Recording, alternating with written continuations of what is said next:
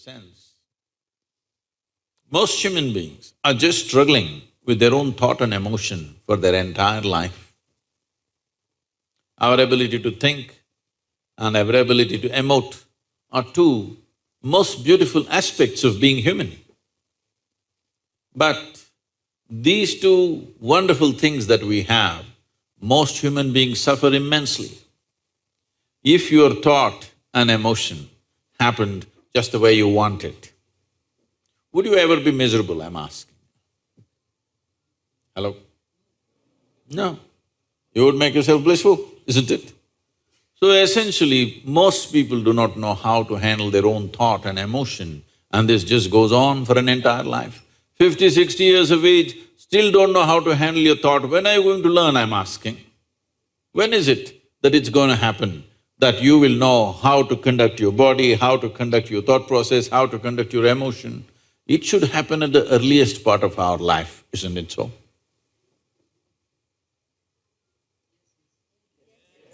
Is this usually a nap time in the university?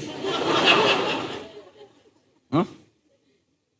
Should we how to use this body, how to use this mind, how to use these emotions and energy, should we learn at the earliest part of our life or towards the end of our life?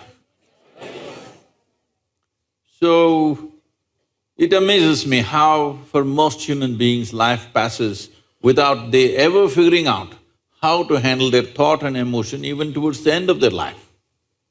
Well, if you have to produce a great society, if you have to produce a great nation, if you have to live in a great world, there is no such thing as creating a great society or a nation or a world. Actually, we can only create great human beings. There's simply nothing else we can do. When we say great human beings, in some way, their genius unfolded in their life and suddenly they stood out among many other people. Right now, in my estimate, if my percentages are wrong for Shillong, you must tell me, but generally in the world looking at people, I think not even 1% of humanity manages to unfold or blossom their genius within them. Every human being has a certain genius, but unless it finds an internal and an external ambience, it will not unfold. Just the concerns of livelihood, concerns of sexuality, relationships, family, some problems, they keep them busy, their genius will never unfold. In my estimate, I'm thinking it's well below 1%. If we can make this 10% in this generation, if 10% of the humanity manage to unfold their genius, oh, we will have a miraculous world, not a simple world, we will have a tremendously miraculous world. So, one thing that's happened, why we are more competent to do that right now is, never before our survival has been as well organized as it is today.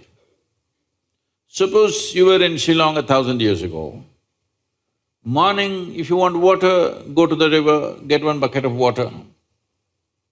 Most people today are not even fit to carry a bucket of water for a mile. Yes or no? I mean, just survival kept us so busy.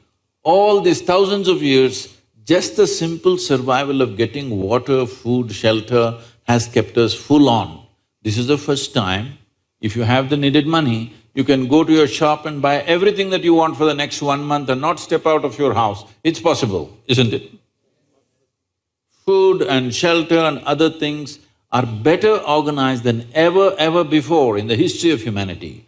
I think this is the best time to make an attempt to really help human beings to unleash their genius. And if we do that in this generation, we can become the greatest generation ever on this planet. The possibility is there. Do we have the commitment and the courage to walk the distance? Because between a possibility and reality, there's a distance. Do you have the commitment and courage to walk the distance? This is all it takes. So we are seeing how we can take youth in this direction, because every human being has untapped genius, which comes in a package and goes in the same package without ever being explored. We don't want to bury your genius one day, we want it to flourish in the world. This is why we are here. On to you. Sadhguru, on one occasion you mentioned that there is no purpose to life and that life in itself is a phenomenon beyond any purpose. Sadhguru, my question is, if there is no purpose to life and if the eventual destination of every life is death, then why do we need to live consciously? Now see, suppose you sit here right now and you're ecstatic. Would you ask, what is the purpose of life? Would you? Your experience is so fantastic. Would you ask, what is the purpose of life? No. Because to be alive is a purpose by itself. Now life has become a little burdensome.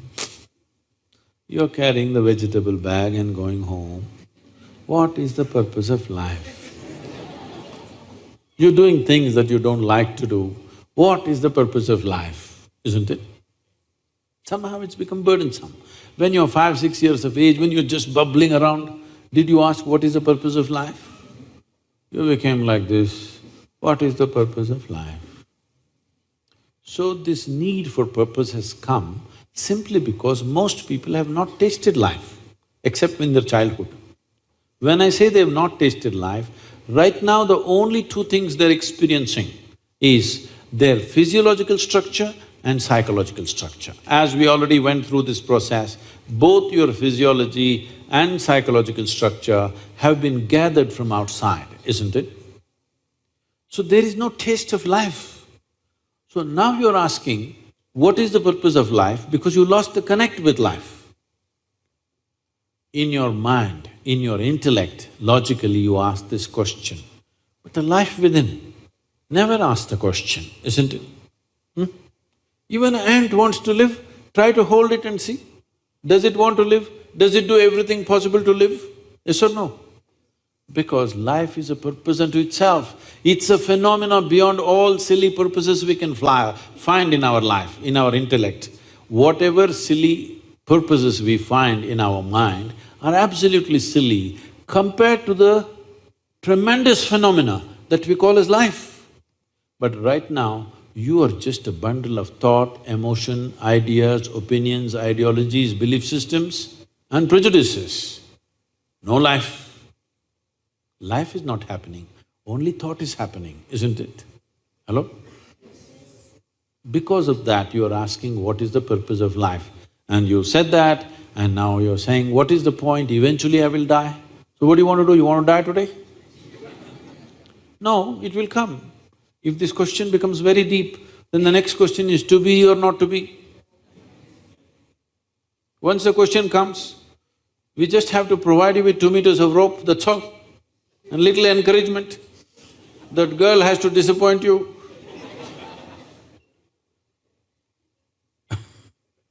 See, today you lost all your money, let's say. Then you say, what is the purpose of life? I want to die, no money, what to do? Check with your life. Close your mouth, hold your nose like this and see. The life within says, to hell with your money, man, I want to live. Yes or no?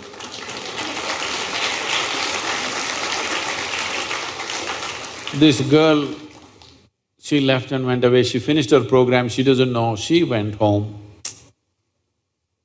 My love, gone. What is the point of living? I want to die. Just hold. Just to hell with her, let's live. Yes or no? Whenever you think the purpose of life is lost, just hold your nose for 2 minutes. You will know this one wants to live. Yes or no? So, life does not need a purpose because it's a phenomena beyond all invented purposes that human beings make up. Thank you very much.